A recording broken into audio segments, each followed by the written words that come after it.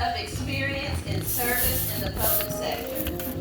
Overseer of DeKalb County Jury Commission, DeKalb County Juvenile Court Citizen Review Panel, Global Advisory Committee reporting to the United States Attorney General Eric Holder, volunteer and contributor for Hosea Feed the Hungry and the Homeless Initiative, service on the HIV/AIDS Task Force, environmental compliance engineer with the City of Atlanta with the Watershed Management Department. Wait, I'm not done. Service to the Office of Community Affairs, operations staff for the 1996 Olympic Games, and more. This colorful and impressive resume describes our speaker today, Ms. Debra DeBerry, who currently serves as the Clerk of Superior Court for DeKalb County. While her full bio is in the program for you to read at your leisure, what I wanted to emphasize today here is her representation of Black excellence. Representation. Representation. It's a term and phenomenon that's so important to our Black culture. Tell your sisters, your daughters, your nieces, granddaughters, and wives about this Black queen. Because she stands here today, they too can blaze the same trail. They too can become Clerk of Superior Court for DeKalb County. I introduce to you Ms. Debra DeBerry.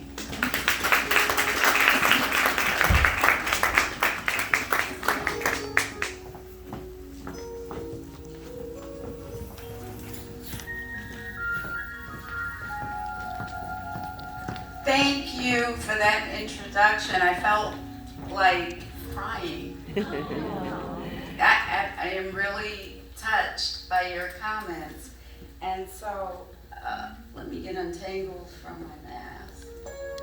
And then, okay, thank you. Celebrating families and honoring Black excellence. I can't think of anything better. Good afternoon, Sisters of the Star of Georgia, number 378, and the Honorable Worthy Patron, Brother Charles Stark, Worthy Matron, Sister Regina Hill, who I spoke with a couple of months ago. Thank you for inviting me. District Worthy Patron, Brother Thomas Gaskin, District Worthy Matron, Catherine White, Grand Worthy Patron, Brother Cecil James, Grand Worthy Matron, Sister Deirdre P. Wilson, District Deputy Grand Master, Brother Matthew Lewis, Deputy Grand Master, Primus T. James, Most Worshipful Grand Master, Corey Shackelford Senior, and all of the other distinguished guests and scholarship recipients. I bring greetings on behalf of the Clerk of Superior Court and all the men and women that work as public servants in that office, two of which are here, Dana Patterson and Zernina Fortson. And it's my distinct honor to stand here and spend this afternoon speaking on one of my favorite subjects, and that's family. I'm gonna stick to my notes because family is a big topic, especially in our community. And we could go in lots of directions, but I'm gonna share what I find to be the most important. I'm the oldest of 4 children. It was 5, now 4. And my parents recently, last month, as a matter of fact, celebrated their 67th wedding anniversary. Family is the most important part of my life, as I'm sure it is most of you. The collective of people we call family are what makes everything else in our lives have meaning. This is true in whatever form your family takes. because, as the activist Angela Davis wrote, it is the collectives that we find reservoirs of hope and optimism. So, a little of our history, because our history plays such a huge part in where we are today as a family. So from the time Black people were placed in boats bound to the Americas, the very existence of the Black family was at stake. Laws designating all Black persons as a commodity with no human rights, and that was the rule of the day. Our foremothers and fathers were prohibited from legally marrying, and often the children were sold to other plantations. The family was disrupted.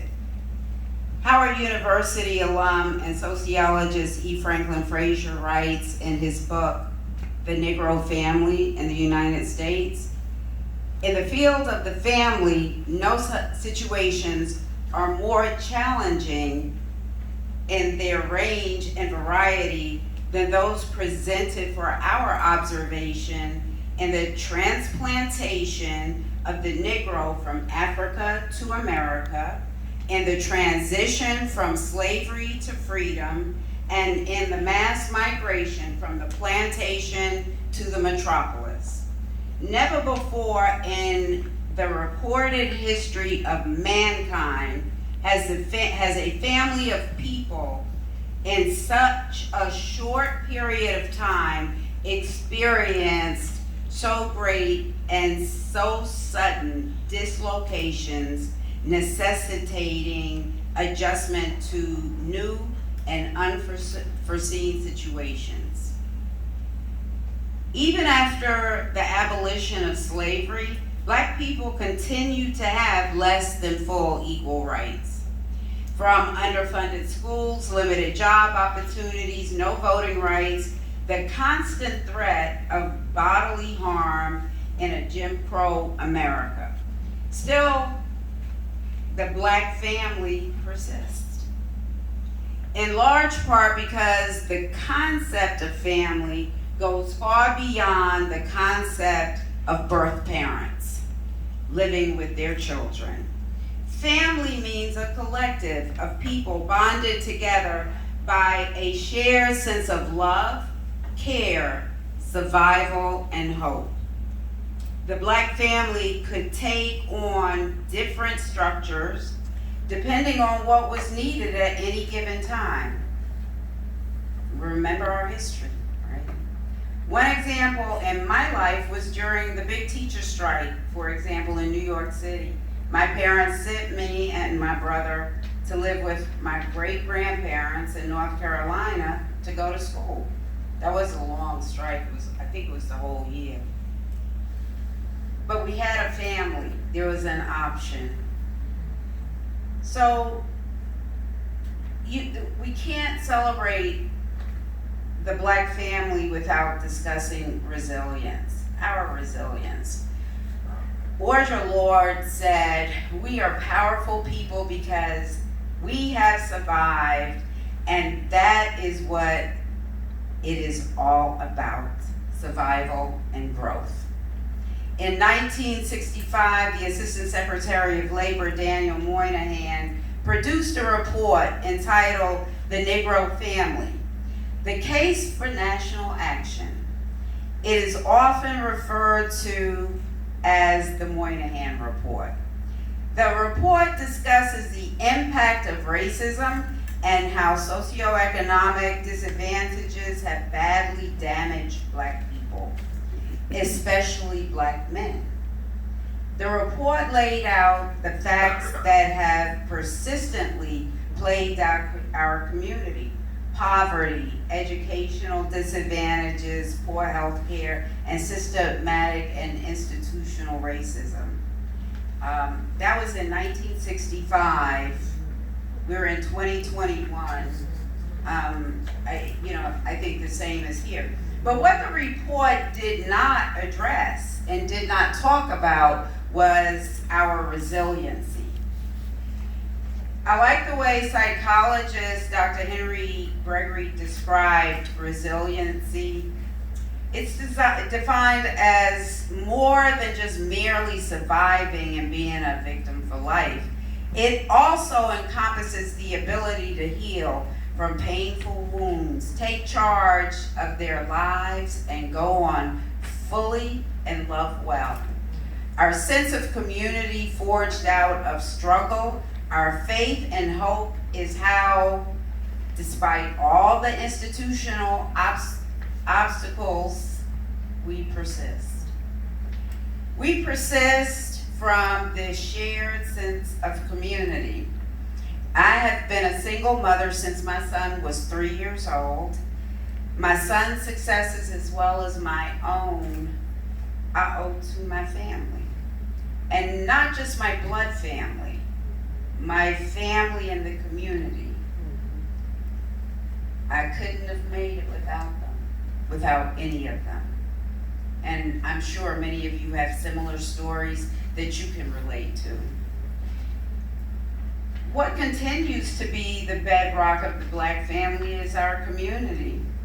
This community has often shown up in the form of the church. Historically, the Black church functioned as a place of worship. It was a food pantry, schoolhouse, housing, political machine, and a source of information within the physical community and beyond. Oftentimes, the Black church worked in concert with civic organizations and civic leaders for the betterment of Black people. The church also became one of the safer catalysts in the civil rights movement in fighting for voting rights. The NAACP had many of its starts in smaller communities in the church. The role of the Black church in the civil rights movement may be the first to come to mind, but the role of the Black church persisted before that movement and was the bedrock in small rural towns as well as in metropolitan areas, serving as a connector for Black people, creating an organized and central place to serve others and to be served. Another way we do as a community show up in day-to-day life, it is picking up groceries. We can go on how we as a community serve as a family, picking up groceries, dropping off food for our sick and shut-in, taking care of our elderly, even just sitting down and spending time with them, talking, hearing their stories, hearing their history, because we're all inspired by our own stories, and those especially that are a lot older and lived in a different time. When I was growing up, our family took in several people that needed a place to live or just a meal, some food. My father would often say, there's always room for one more. There really wasn't. But no one was ever turned away. That's what families do. That's what communities do. This is our way of honoring what it means to have extended family or a family of our choice. Community looks like civic organizations, much like this one, yours. Your chapter has demonstrated history of promoting education through your annual scholarship banquet, fostering the youth through your youth activities like the youth paint and party. So that was pretty cute. Upliftment of national organizations like St. Jude, March of Dimes, and your support of mothers providing gift bags to hospitalized women. Your organization is part of a large network of organizations in the Black community who uplift, support, and honor the Black family. Your How We Strive mission says it all.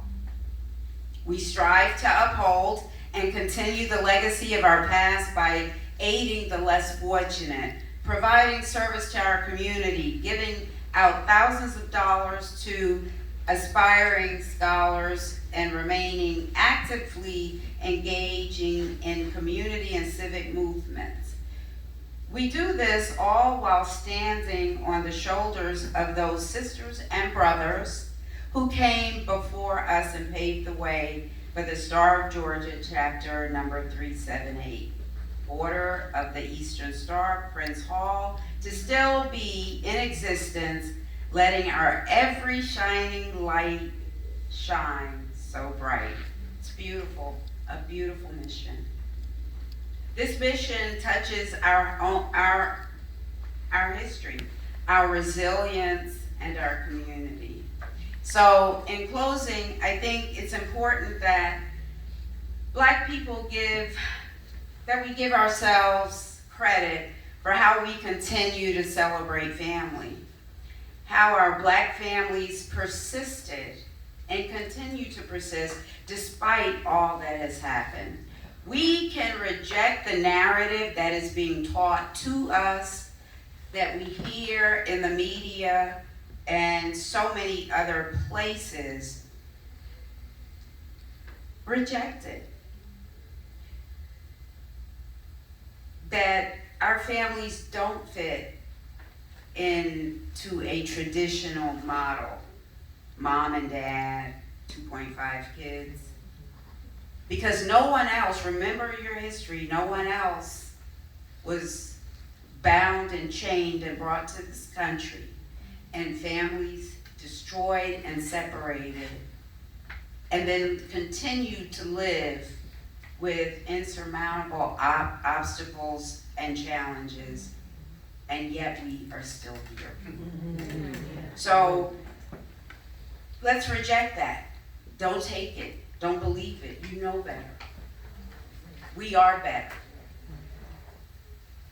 As we we celebrate that our model family is that anyone and everyone can be a family.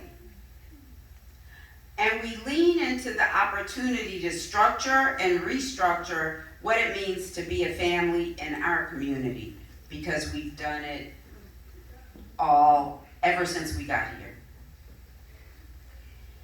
Remember our history, that no matter the struggle, and we have many today, the Black family will persist.